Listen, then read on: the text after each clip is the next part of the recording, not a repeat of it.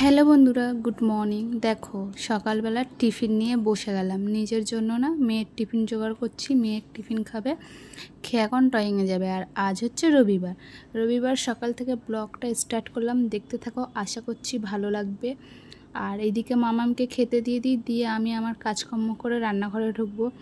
আগে ওকে খাবিয়ে টাবিয়ে আমাকে পাঠাতে হবে, তারপরে সব কাজে হাত দেবো। সোনা পাপাকে খাওয়ানো হয়ে গেছে। তারপরে দেখো বন্ধুরা, অনেকক্ষণ পর তোমাদের সামনে চলে এসছে। এদিকে আমার ভাত হয়ে গেছে, ভাতটা উবুদ দিয়ে দিয়েছি। ওই উবুদ তিনই রেখে দিয়েছি, একটু পরে উবুদ দেবো। আর এই দিকের তরকারিটা এবারে ওই কড়াই চলে যাবে, মানে এদিকে আমি পুঁইশাক চচ্চড়ি বসিয়েছিলাম। আসলে বড় কড়াটায় এখন মাংস বসাবো, সেই কারণে ছোট কড়াটায় চচ্চড়িটা ঢেলে দিলাম।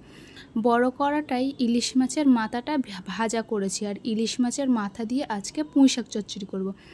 আর ইলিশ মাছ ভাজা তেলের উপরে যদি চচ্চড়িটা না বসায়, চচ্চড়িটা খেতে ভালো লাগবে না। সেই কারণে এই কড়াতে করে বসিয়ে দিয়েছিলাম। তা এখন ভাতটা হয়ে গেছে, ভাতটা নামিয়ে রেখে ওই কড়াই আবার ট্রান্সফার করে দিলাম, মানে পাল্টাপাল্টি করে নিলাম। যাই হোক, তারপরে দেখো এদিকে চিকেনটা বসিয়ে দিয়েছি।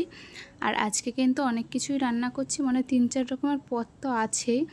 এই যে ইলিশ মাছের মাথাটা যে রেখেছে, এটা চচ্চড়িতে দেব। আর এদিকে চিকেন ধোয়া আছে, মাছ আছে, একটু মাছটাও করব। মাছ 2 পিস মতন ভাজা মাছ আছে, ওটাই করে নেব, আর রেখে দেবো না। তারপরে দেখো এদিকে আমার চিকেন কষানোটা প্রায় হয়ে এসে আর একটু বাকি আছে। আর এইদিকে আমার ভাগনা চিকেনের গন্ধ পেয়ে ও এখন ভাত খাবে। তা বললো হয়েছে, আমি বললাম না এখনও তো হয়নি। ও বললো ঠিক আছে মামি, আমাকে তুমি কষা দিয়ে দাও। তা কষা তো ও আবার কি খায় বলো তো, সলিড না, আমার সলিড চিকেন খাই, সেই কারণে আবার সলিড ছোট ছোট বেছে দিচ্ছি, যাতে মাংসটা সিদ্ধ হয়। সিদ্ধটা ভালো যেগুলো হচ্ছে সেগুলো দিচ্ছি। তো দেখো এদিকেও মাংস নিয়ে এখন চলে যাবে, তোমাদেরকে আবার একটু হাই করে দিচ্ছে, আবার হাসছে ওকে দেখাচ্ছি বলে। তারপরে দেখো বন্ধুরা, মাম্মাম দুপুরবেলায় বসে বসে মানে ড্রয়িং ক্লাস থেকে এসে এগুলো বানাচ্ছে, হাতের কাজ। আর মাম্মামের আজকে প্রচুর চাপ আছে, স্কুলের অনেক হাতের কাজ আছে, সেগুলো আজকে কমপ্লিট করতে হবে।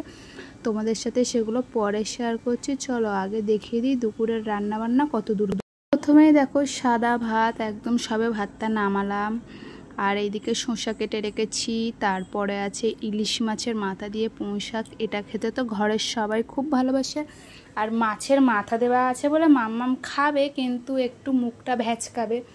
আর এইদিকে আছে কাঁকড়া, ওর মাম্মাম দিয়ে গেছে, মানে এটা বড় ননদ আমার ছেলে মেয়ের জন্য দিয়ে গেল কাঁকড়ার তরকারি।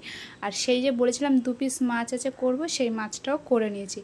আর এইদিকে কাঁকড়ার কথা শুনে সোনা পাপা এসে উঁকি মেরে দেখছে কোথায় কাঁকড়া। আর এই দিকে কড়াতেই চিকেনটা আছে, এখনও ঢালিনি, খাওয়া দাওয়ার পরে একেবারে ঢেলে নেব। তো এইদিকে হচ্ছে লাল লাল চিকেনের ঝোল। আজকে দুপুরের খাওয়া দাওয়া এইবারে হবে। থালাগুলো ধুয়ে নিয়ে সবার ভাত একসাথে বেড়ে নেব, নিয়ে তারপরে খাওয়া দাওয়া করব। তো মেনুগুলো কেমন হয়েছে অবশ্যই কমেন্ট করে জানিও।